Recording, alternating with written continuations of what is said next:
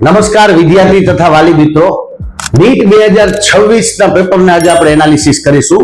તો સૌપ્રથમ આપણે જોઈએ કે ટોટલ નંબર ઓફ જો પાર્ટિસિપેટ જેટલા છે, નંબર ઓફ સ્ટુડન્ટ જેટલા અપિયર થયા હતા, તો આપણે જોઈ શકીએ છીએ કે 2024 ની અંદર ટોટલ લગભગ 23,33,000 જેવા વિદ્યાર્થીઓ પાર્ટિસિપેટ થયા હતા નીટની એક્ઝામિનેશનમાં. 2025 માં જોઈએ તો આપણે 22,09,000 આસપાસ વિદ્યાર્થીઓ જે છે એ પાર્ટિસિપેશન કરેલું હતું, અને ત્યારબાદ 2026 માં જે છે એ 19,99,895 વિદ્યાર્થીઓ ટોટલ નીટની અંદર પાર્ટિસિપેટ કરેલું છે. જેમાં એનઆરઆઈ ની જો આપણે વાત કરીએ તો એનઆરઆઈ ની અંદર આ વર્ષે 867 વિદ્યાર્થીઓ ટોટલ એનઆરઆઈ જે કેન્ડિડેટ છે અપિયર થયા છે નીટની એક્ઝામમાં, અને ઓસીઆઈ જે છે એ 802 વિદ્યાર્થીઓ ટોટલ અપિયર થયા છે. મિત્રો હવે આપણે વાત કરીશું ગુજરાત રાજ્યની. તો ગુજરાત રાજ્યમાં ટોટલ 2025 માં ટોટલ 81,605 રજીસ્ટ્રેશન થયેલા હતા. એમાંથી નીટની એક્ઝામ જે છે 80,151 વિદ્યાર્થીઓ અપિયર કરેલી હતી. એમાંથી 50,040 વિદ્યાર્થીઓ ગયા વર્ષે ક્વોલિફાઈડ થયેલા હતા. જ્યારે 2026 ની આપણે વાત કરીએ છીએ તો 2026 ની અંદર રજીસ્ટ્રેશન જે છે 79,190 એટલે કે 79,190 જેવા રજીસ્ટ્રેશન થયા હતા.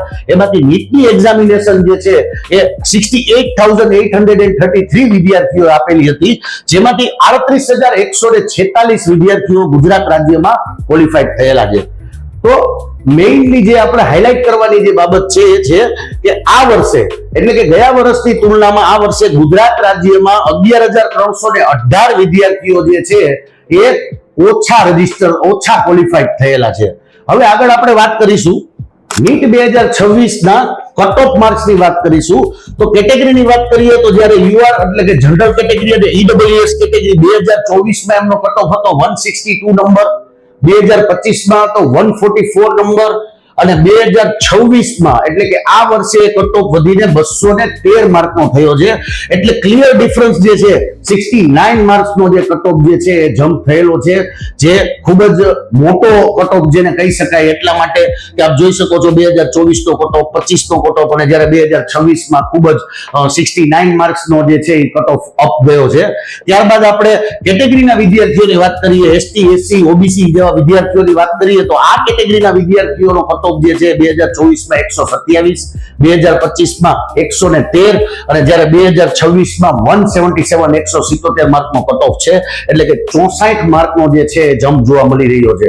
મિત્રો જ્યારે આપણે કટ ઓફ ની વાત કરીએ છીએ ત્યારે ખાસ ધ્યાનમાં રાખીશું એમબીબીએસ ના અભ્યાસ માટે ભારતમાં અથવા તો ગુજરાતમાં અથવા તો વિદેશ જવા માટે પણ જો આ કટ ઓફ એટલે કે જનરલ કેટેગરીના વિદ્યાર્થીઓ તો ઈડબ્લ્યુએસ કેટેગરીના વિદ્યાર્થીના નીટનો સ્કોર 213 માર્ક થી નીચે છે, અથવા તો કેટેગરીના વિદ્યાર્થીનો સ્કોર 177 માર્ક થી નીચે છે, તો આવા વિદ્યાર્થીઓને અમે હાઈલી રિકમેન્ડેડ કરીએ છીએ કે તમારે અબ્રોડમાં પણ એડમિશન ન મેળવવું જોઈએ. ઘણા બધા અબ્રોડની અંદર પ્રાઇવેટ મેડિકલ કોલેજીસની અંદર તમને ઓપ્શન આપવામાં આવશે અલગ અલગ વિવિધ લોકો દ્વારા, પરંતુ ખાસ ધ્યાન રાખીશું આપણે કે નીટ નોન ક્વોલિફાઈડ સ્ટુડન્ટ્સ જે આ વર્ષે છે આવા સ્ટુડન્ટ્સને ભારતમાં રિકોગ્નાઇઝેશન નથી મળી શકતું.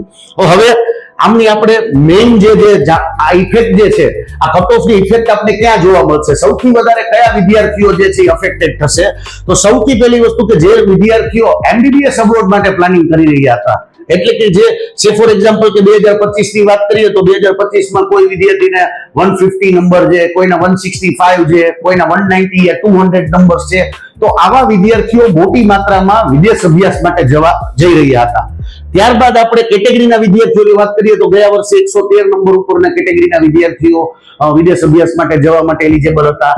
તો એ જ રીતે તમે જોઈ શકો છો કે 177 માર્કનો કટ ઓફ થવાથી સૌથી વધુ ઇફેક્ટ જે છે એ એમબીબીએસ અબ્રોડમાં એડમિશન લેતા વિદ્યાર્થીઓને પડશે.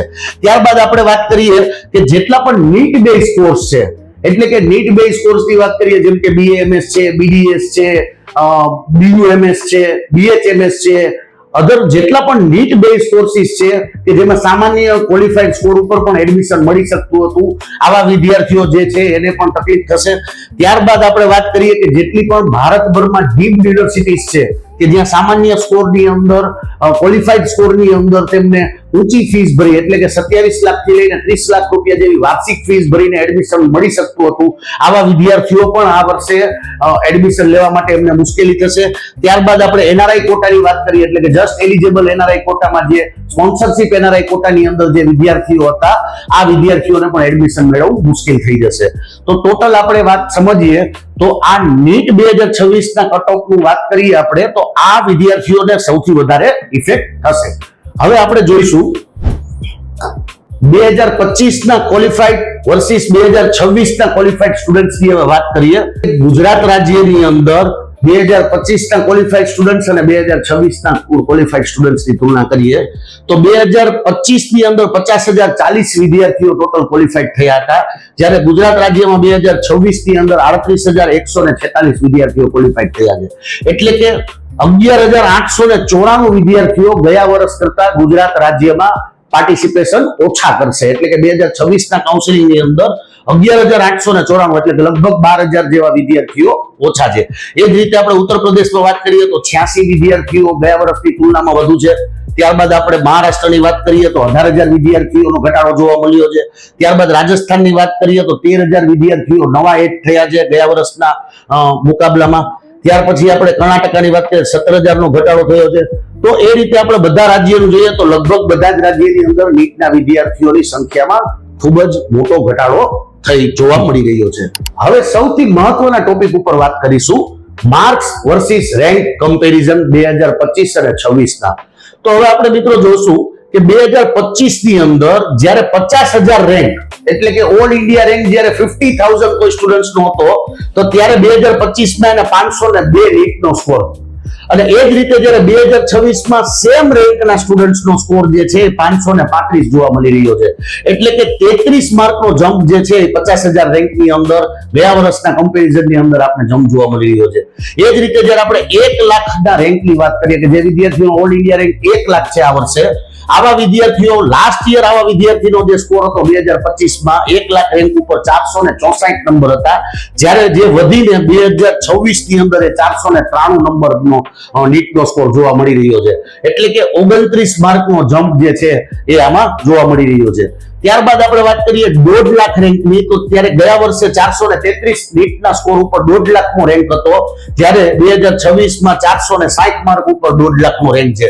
એટલે કે 27 માર્કનો જમ્પ તેમાં જોવા મળી રહ્યો છે. એ જ રીતે 2 લાખ રેન્કની વાત કરીએ તો ગયા વર્ષે 405 માર્ક હતા 2 લાખ રેન્ક ઉપર, જ્યારે આ વર્ષે 433 માર્કના 2 લાખના રેન્ક ઉપર જોવા મળી રહ્યો છે. એટલે કે 28 માર્કનો જમ્પ. ત્યારબાદ 2.5 લાખની વાત કરીએ તો ગયા વર્ષે 380 માર્ક, જ્યારે 2026 ની અંદર 410 માર્ક એટલે કે 30 માર્કનો જમ્પ.